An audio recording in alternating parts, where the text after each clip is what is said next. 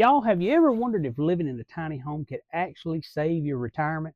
A few years ago, my wife and I found ourselves staring down the barrel of a big problem. Retirement was coming, but we had very little saved. That's when we made a bold decision. We built an 800 square foot, completely paid for tiny home. It wasn't easy, but this little house gave us a fresh start and hopefully a way to secure our future. Stick around because I'm sharing why we did it, what we learned, and how this decision might just change everything for us, and maybe for you too. You know, as I was approaching 50, I started to notice that life was changing. Our kids were leaving the house, starting their lives, their own lives, and before we knew it, grandkids were showing up. And it was exciting, but it also got me thinking, what's next for us? That's when it hit me. Retirement wasn't some far off thing anymore. It was creeping up fast, and I had next to nothing saved. I'd spent my 401k to buy the trailer that we were living in, which thankfully meant we didn't have any rent, but it wasn't enough.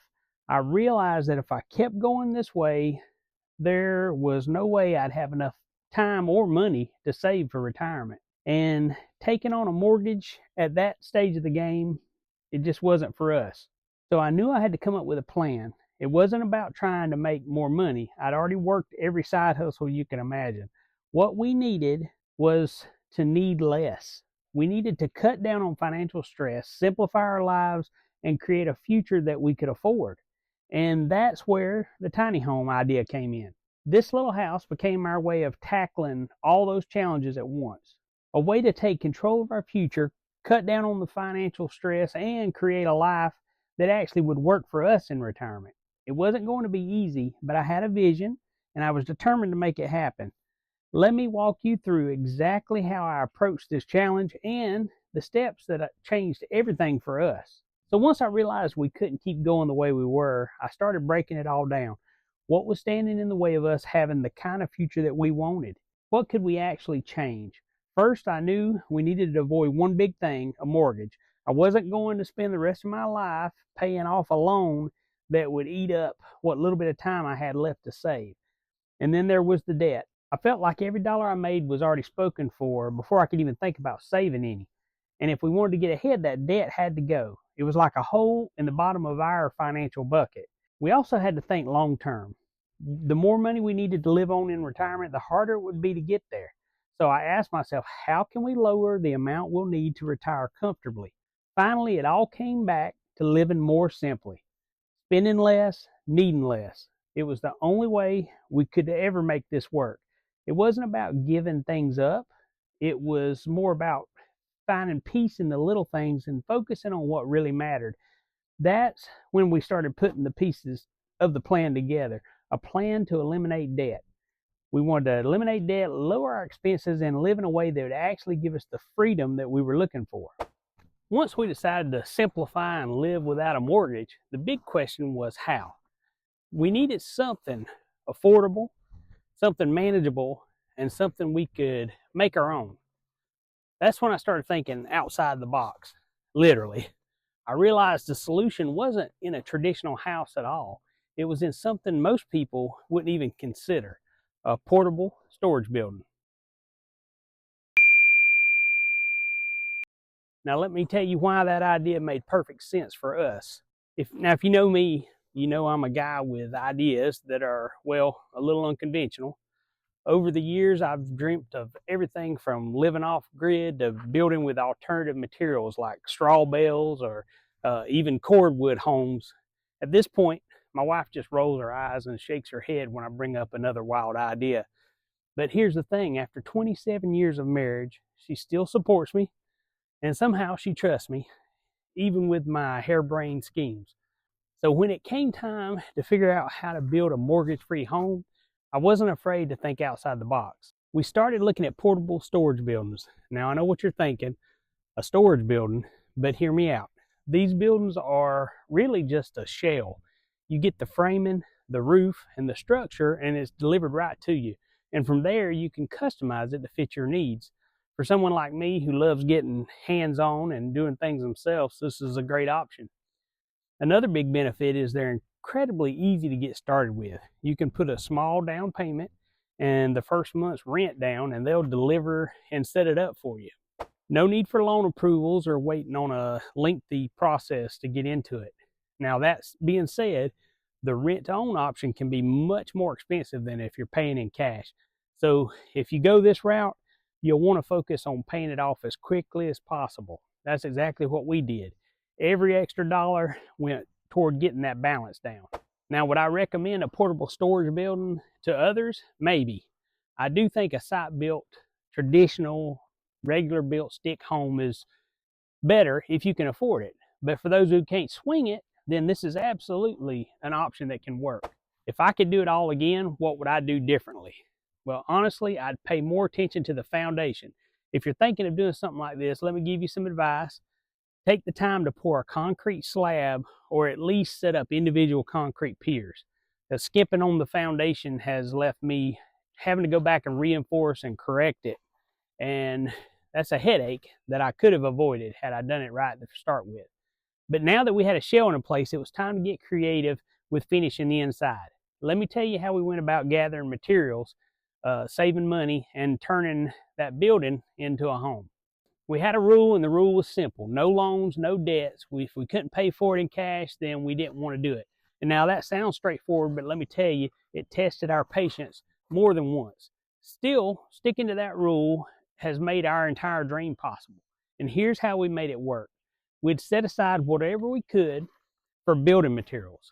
Once we had enough, I'd head to the hardware store and I'd pick up what we needed for our next little phase. You know, lumber, nails, you name it.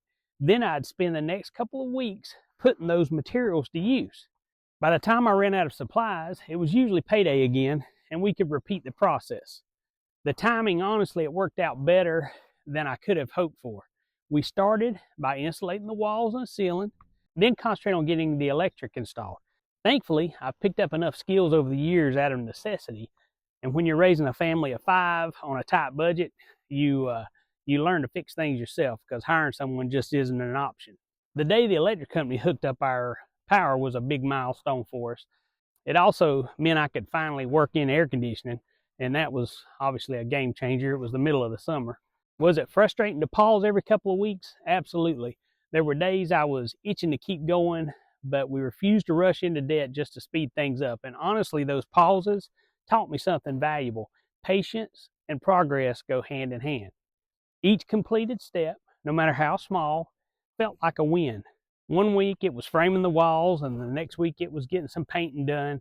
Every dollar spent and every board nailed down was another step closer to having our dream.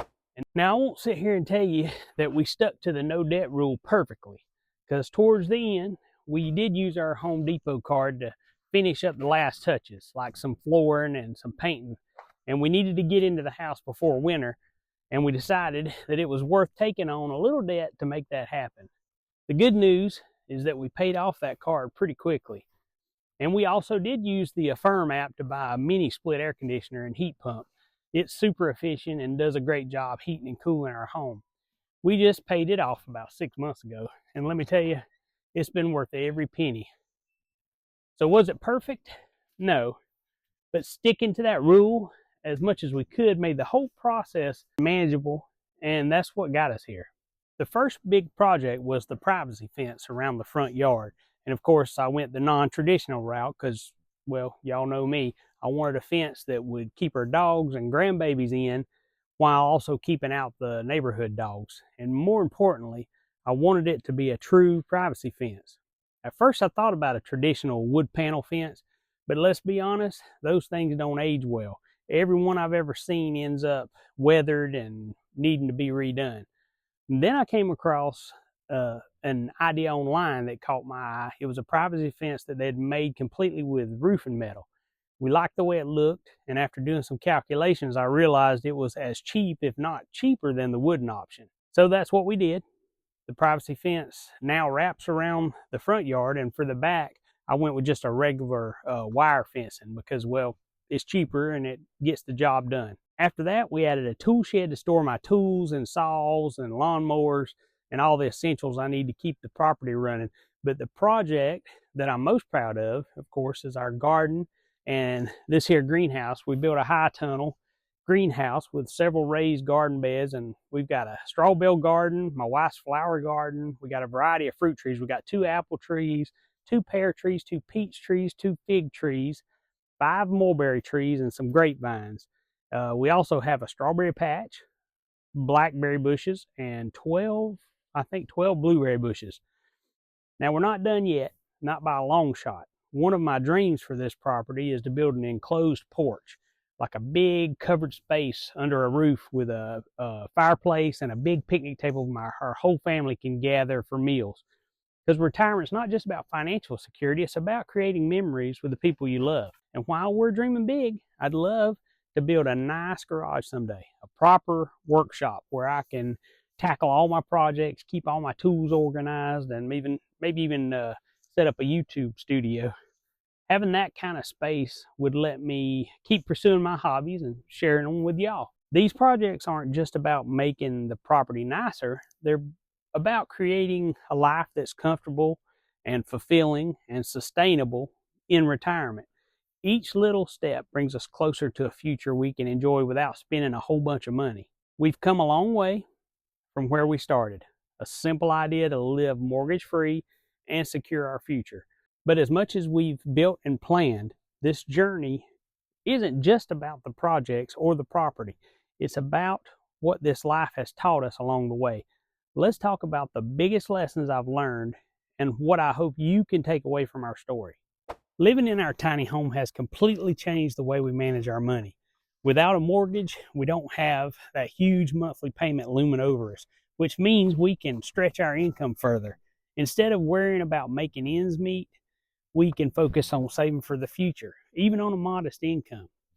When you're not handing a big chunk of your paycheck to a lender every month, it frees up money for things that truly matter, like building an emergency fund, paying down debt, or finally putting something into your retirement savings. And the simplicity of tiny home living, that's been a game changer. With fewer things to maintain and fewer bills to worry about, we've been able to focus on what really matters, which is time with our family, enjoying our garden, and knowing that we're building a future we can afford. You know, looking back, I realized that every drop of sweat added to the pride that we feel now. This wasn't just a house, it was a labor of love. It's a symbol of what we could achieve together. It brought my wife and me closer as a team. It strengthened our commitment to a debt-free life, and it proved that sometimes the hardest things that you do are the ones that you'll cherish the most. This tiny house represents more than just a roof over our heads. It's our way of making retirement possible on a low income. Without a mortgage hanging over us, we can live, within our means, and we can focus on things that truly matter and have a little breathing room for life's surprises. One of the biggest lessons I've learned through this process is that financial freedom isn't about how much money you have, it's about how you use it. Downsizing, simplifying, embracing what we really need has been the key to success for setting ourselves up for a future that we can afford. And building this home was one of the hardest, most rewarding things we've ever done. It's proof that you don't need six-figure income or a ton of experience to create something amazing. You just need a plan, a little determination, and the willingness to work hard. If you're thinking about downsizing or building your own home, I'd love to hear from you. If you'll drop a comment below with your thoughts or questions, I'm here to help. And if this video inspired you, do me a favor and hit the like button and subscribe to the Ask Pawpaw channel and check out one of these other videos that YouTube thinks that you'll like next. And remember, a rich life isn't about how you spend your money. A rich life is how you spend your time. See you guys.